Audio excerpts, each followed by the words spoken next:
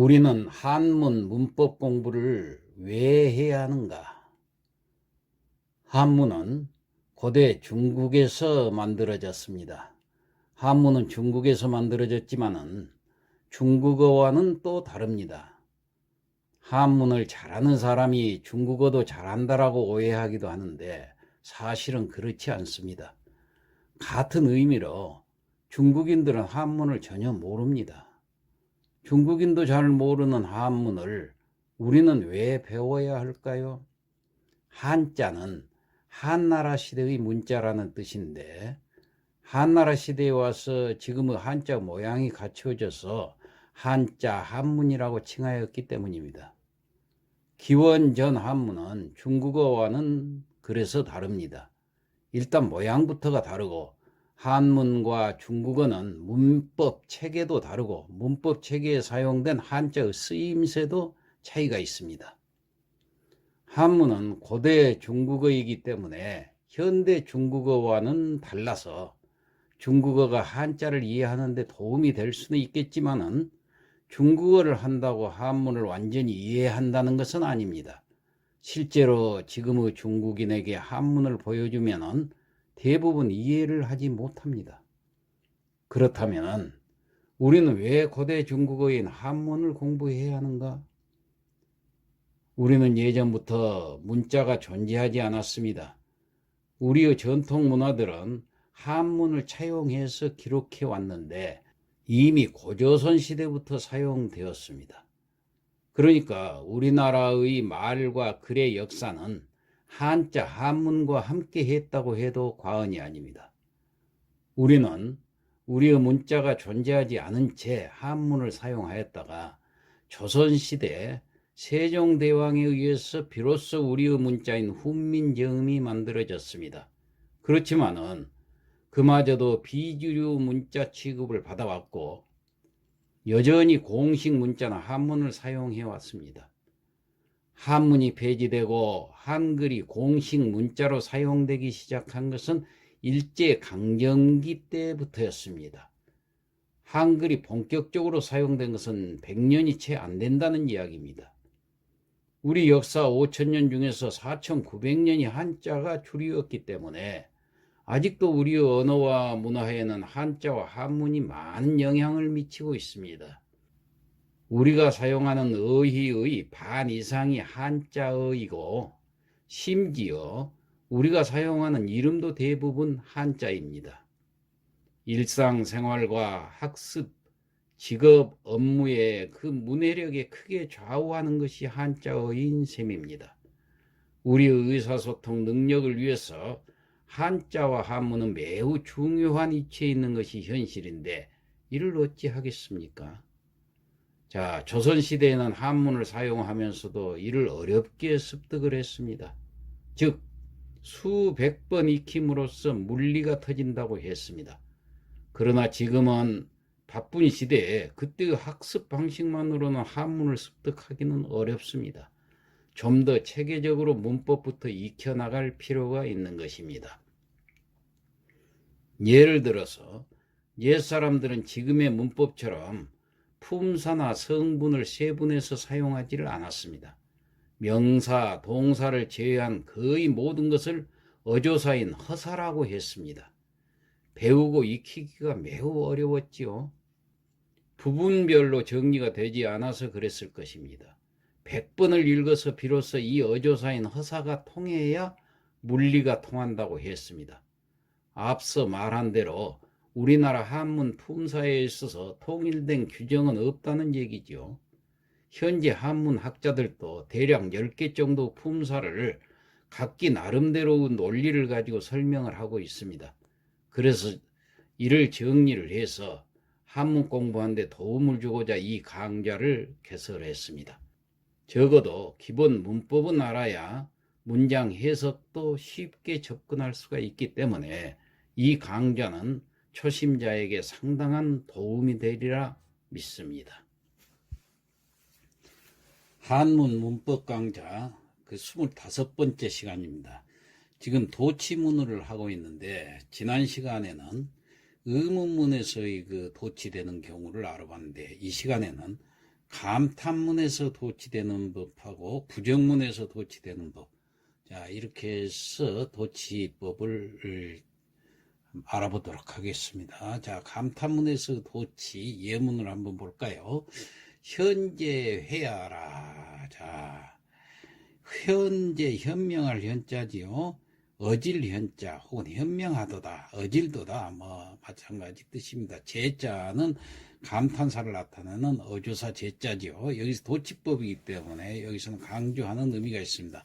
어질도다. 예, 회여. 회라는 것은 이 돌아올 회자는 아내의 이름을 이제 아내를 회라고 그렇습니다. 아내의 이름, 그러니까 아내여 그런 뜻입니다. 자, 아내라고 그럴 것 같으면 공자님 아주 수제자지요. 그 아내가 일찍 죽었는데 사실은 이 공자님이 아내를 어질다고 했던 그 문장을 보면은 그 아내가 어떤 사람이었는가 하는 것이 잘 나타나 있어요.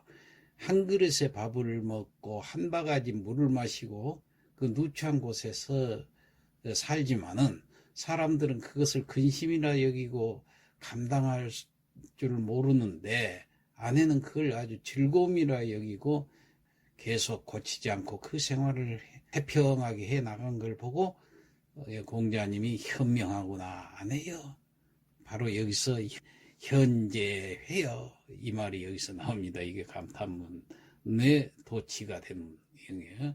그러니까 여기는 회여 현재 해야 돼. 회 현재라 이렇게 써야 될 것을 현재란 말을 앞으로 보내가지고 여기서 현명하다는 말을 강조하는 거예요. 아내의 그 훌륭한 것을 강조하는 거예요.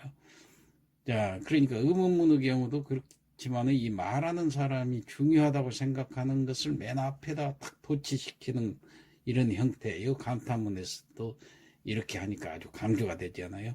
자, 그 다음 두 번째는 고산이 푸시모여.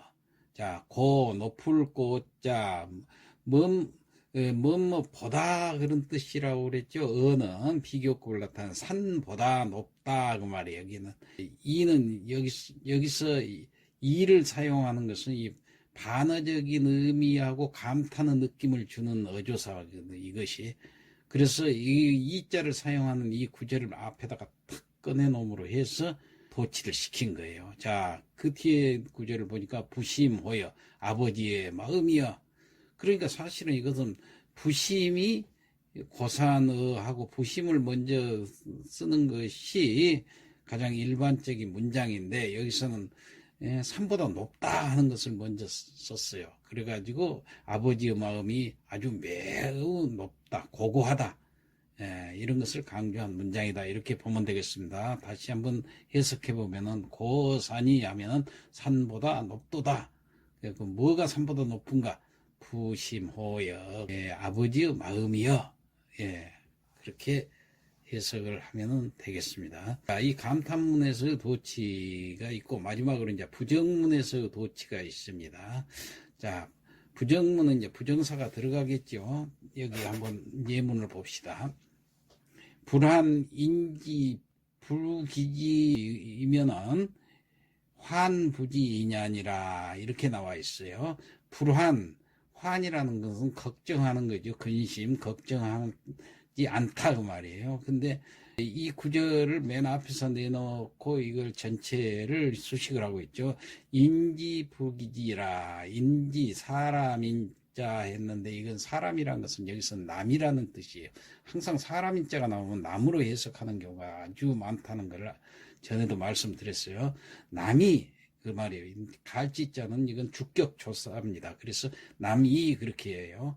남이 불기지, 이 불기지 했는데 기지는 몸기자니까 자신을 알다 그런 뜻이 되는데 불기지 했으니까 자신을 알아주지 않는 것, 남이 자신이 알아주지 않는 것을 불한이 있으니까 걱정하지 말고 걱정할 것이 아니라 그런 뜻이 됩니다. 여기서도 불기지는 이것이 도치가 안 됐다 할 것 같으면 원래로 강조한 의미로 썼기 때문에 그렇지만 원래로 쓴다 할 것 같으면은 부직이 해야 됩니다. 남이 나를 알아주지 않는 것, 부지기 이렇게 써야 되는데 기자를 여기 앞으로 내놓은 것은 나라는 것을 강조하기 위한 거예요. 자기를 알아주지 않는 것, 자기를 강조하기 위한 겁니다. 그 다음에 환부지냐 아니라 걱정을 해라 말이야. 나를 알아주지 않는 것을 걱정하지 말고 환부지냐라. 여기서는 나자가 생략이 된 거예요. 내가 남에게 그런 뜻인데요. 그러니까 다른 사람을 알아보지, 내가 다른 사람을 알아보지 못하는 것을 걱정해라고 말이에요. 걱정할 것은. 부지랑사, 알아보지 못하는 거예요. 누구를, 인자가 났으니까. 그러니까 여기서 남을 알아보지 못하는 것을 걱정해라. 그러니까 남을 알아보지 못한다는 것은 누가 알아보지 못해? 내가 남을 알아보지. 여기서 나라는 말이 이제 생략이 됐어요. 자, 그러니까 여기서 인이라는 것이 남을 가리킨다는 거, 이거 유의를 하고, 기라는 것은 자신을 가리킨다는 거, 그것만 확실히 알면은 이 지자는, 알지자는 동사이기 때문에 목적어가 뒤에 와야지만 이 구문에서는 강조하기 위해서 그 기자를, 모음기자, 자기 자신이라는 것을 강조하기 위해서 지자를 앞으로 빼서 도치시켰다고 그랬죠. 그러니까 다시 해석해 보면 사람이 자기를 알아주지 않은 것을 걱정할 것이 아니라 내가 다른 사람을 알아보지 못한 걸 걱정해라. 이 말은 다시 말해서 내가 남에게 인정받을 만한 가치가 있는가 하고 냉정하게 자기 반성이 필요하다 하는 거, 그건 우리도 같이 함께 반성을 해야 될 구문이 아닌가 이렇게 생각이 듭니다. 그 다음에 부정문에서 도치또 예를 하나 더 봅시다. 미상망수라. 예. 미는 못할미 아닐미자지요. 상은 일찍이상이지요. 일찍이 그 다음에 아닐미는 이건 전체를 수식하고 있기 때문에 맨 나중에 해석합니다. 망수, 잊을망자, 원수 숫자죠. 원수를 있다 그랬는데 일찍이 원수를 있다 그랬는데 미자가 앞에 부정어가 나왔기 때문에 이 부정문에서 도치를 시키기 위해서 부정사를 맨 앞에 놔놨어요. 그렇기 때문에 일찍이 원수를 잊은 적이 없다. 미가 있기 때문에 이렇게 해야 되겠죠. 그래서 이 기본 문장은 그게 아니죠. 도치법을 안 썼다면 어떻게 써야 할까요? 상미망수 그렇게 써야 되겠죠. 상미망수. 근데 상하고 미하고 바꿔진 건 미자를 앞에다가 부정사를 탁 내놈으로 해서 도치시켜 놈으로 해서 절대로 잊은 적이 없다 하는 걸 강조한 거예요. 원수를 절대로 잊은 적이 없다. 그래서 미자를 앞에서 내놓은 거다. 이렇게 생각하면 됩니다. 그 다음 마지막으로 하나만 더 보죠. 물이 소리 실대리라. 자, 이거 금지 혹은 명령, 금지사면서도 명령을 나타내는 거죠. 명령사죠. 그러니까 이거 제일 앞에 나왔으니까 제일 뒤에다가 해석을 놔야 되기 때문에 그 뒤에 걸 먼저 해석을 해봐야 돼요. 이 소리, 적을 쏘자 이익이자, 그러니까 이로 올리자. 적은 이익으로서 그 말이에요. 써 이자가 있으니까 적은 이익으로서 실대리, 잃어버릴 수 있자죠. 대리, 큰 이익을 잃어버린다 그런 뜻이에요. 적은 이익을 탐하다가 큰 이익을 놓쳐버린다는 그런 뜻이죠. 그러니까 적은 이익으로서 큰 이익을 잃는다 그랬는데 앞에 물이 있으니까 잃지 말아라 그런 뜻이 됩니다. 금지 혹은 명령의 부정을 나타내는 이 물이 있으니까. 이 물도 사실은 실 바로 앞에 써야 돼요. 그러면 어떻게 문장이 될까요? 이 소리 물실 대리 이렇게 써야 되겠죠. 근데 이 물을 그냥 갖다가 맨 앞에다 탁 내놨어요. 그렇게 도치를 시켰어. 그러니까 이것은 화자가 표현하려고 하는 바를 훨씬 강조해서 효과적으로 전달하고 있잖아요. 자, 이렇게 해서 도치법이 부정문에서 도치가 되고 있다는 거 여기까지 살펴보고 오늘 도치법을 마치도록 하겠습니다.